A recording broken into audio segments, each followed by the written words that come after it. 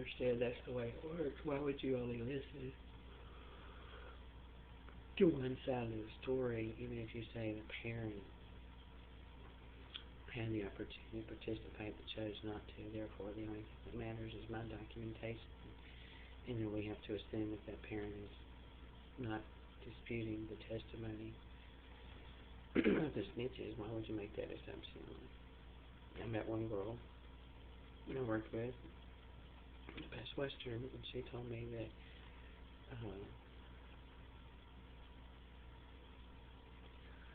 there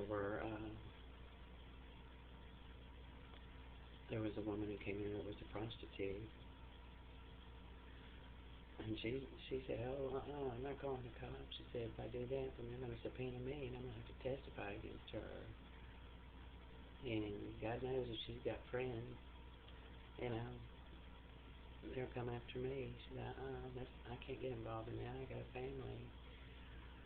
And so she knew it was criminal activity. She knew.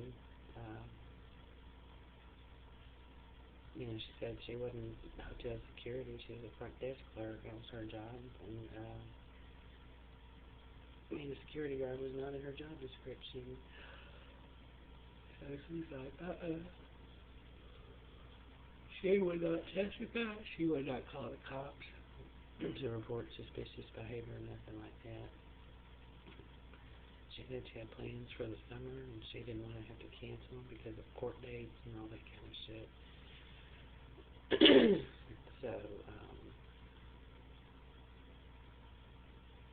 she didn't want to do that, and it wasn't because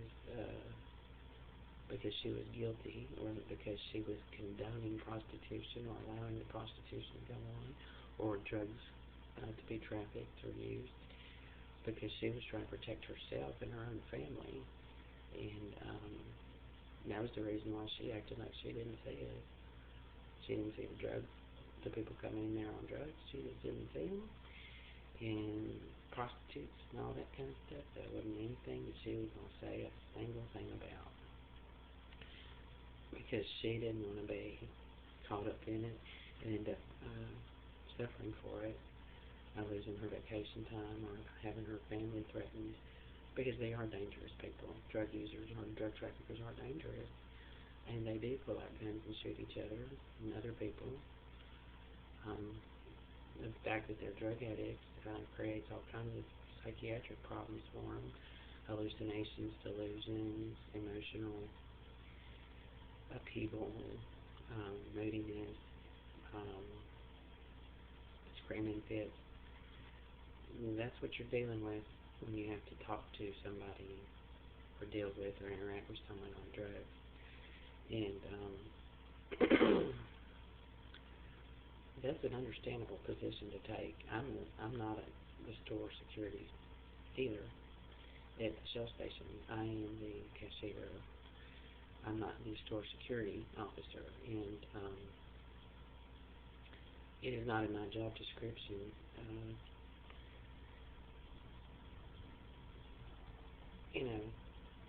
to have to manage people in that store who are there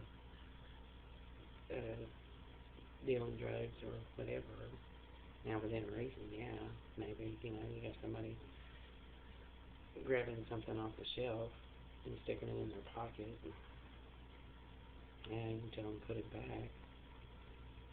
The Circle K's policy is not to confront that individual. Their policy is that if you see somebody doing something like that, do not confront them, because they know.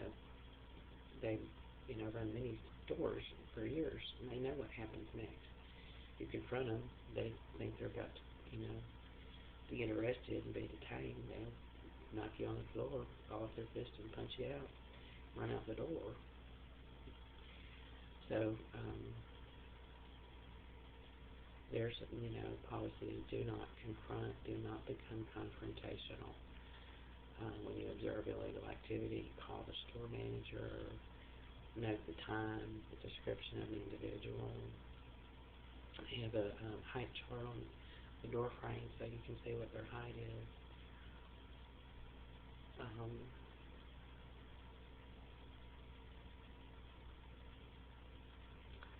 and that's because they value the safety of their employees above everything else. And it is not something that cashiers are trained to do. They're not trained to approach a thief. Cops are. Security officers are trained to do that. But cashiers are not. So that's one reason to act like you don't see it and just note it and tell your store manager. And I've already told Michelle. I've called the Shreveport police and reported to the desk patrol desk, whatever. But those are security issues, and those are the issues that the owner of the store has to deal with. If necessary, should provide a security officer to focus on those issues. But failing to respond to those types of security issues when they exist is not the fault of the cashier. And you can call 911 and report it that way.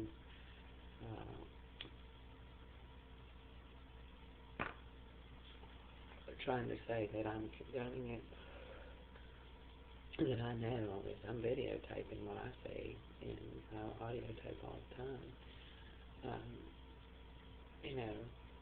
All I did was, I think I turned down 2 people, maybe 3 people that smelled marijuana. One girl, the redhead, she cussed me out for turning her boyfriend down for cigarillos. I refused to sell him cigarillos. I talked to a Shreveport police officer at Linwood, and he's like, oh yeah. I was asking Wayne about these people who walk in the stores where they get marijuana. And he's like, oh yeah. And they go in and buy the cigarillos. Yep. They know him. The cops already know all this. This is nothing new to them. They know the drill. They know what's going on. They're trying to deal with it, and they have their own agenda and how they're going to deal with stuff like that. So I wouldn't be telling them anything they didn't know, because that cop already knew. And the patrol officer told me you have the right to refuse service to anyone. But I said, well, y'all going to charge me as an accessory if I don't stop them and if I sell them these cigarillos? And he said, no. But he said, you have the right to refuse service to anybody. But the manager, Michelle,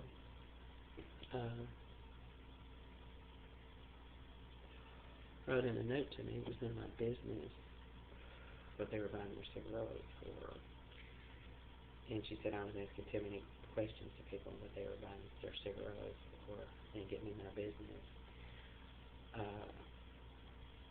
They told us in our responsible vendor training class, in ABO training, that if somebody's intoxicated with alcohol and they come to your store and they're drunk, they buy alcohol from you and they drive up the road 2 miles and get in a car wreck, they can sue your store for selling them alcohol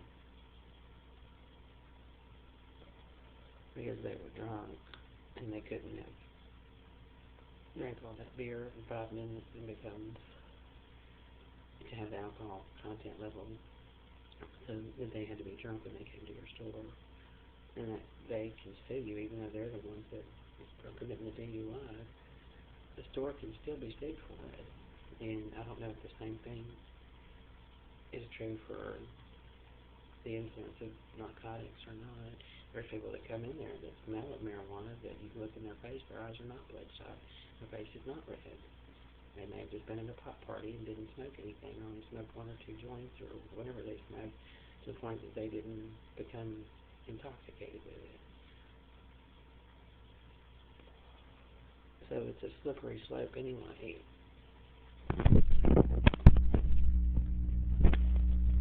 And I talked to one guy about it, and he said, if it was me, I'd just sell it to him and get him out of the store. I wouldn't say anything to him.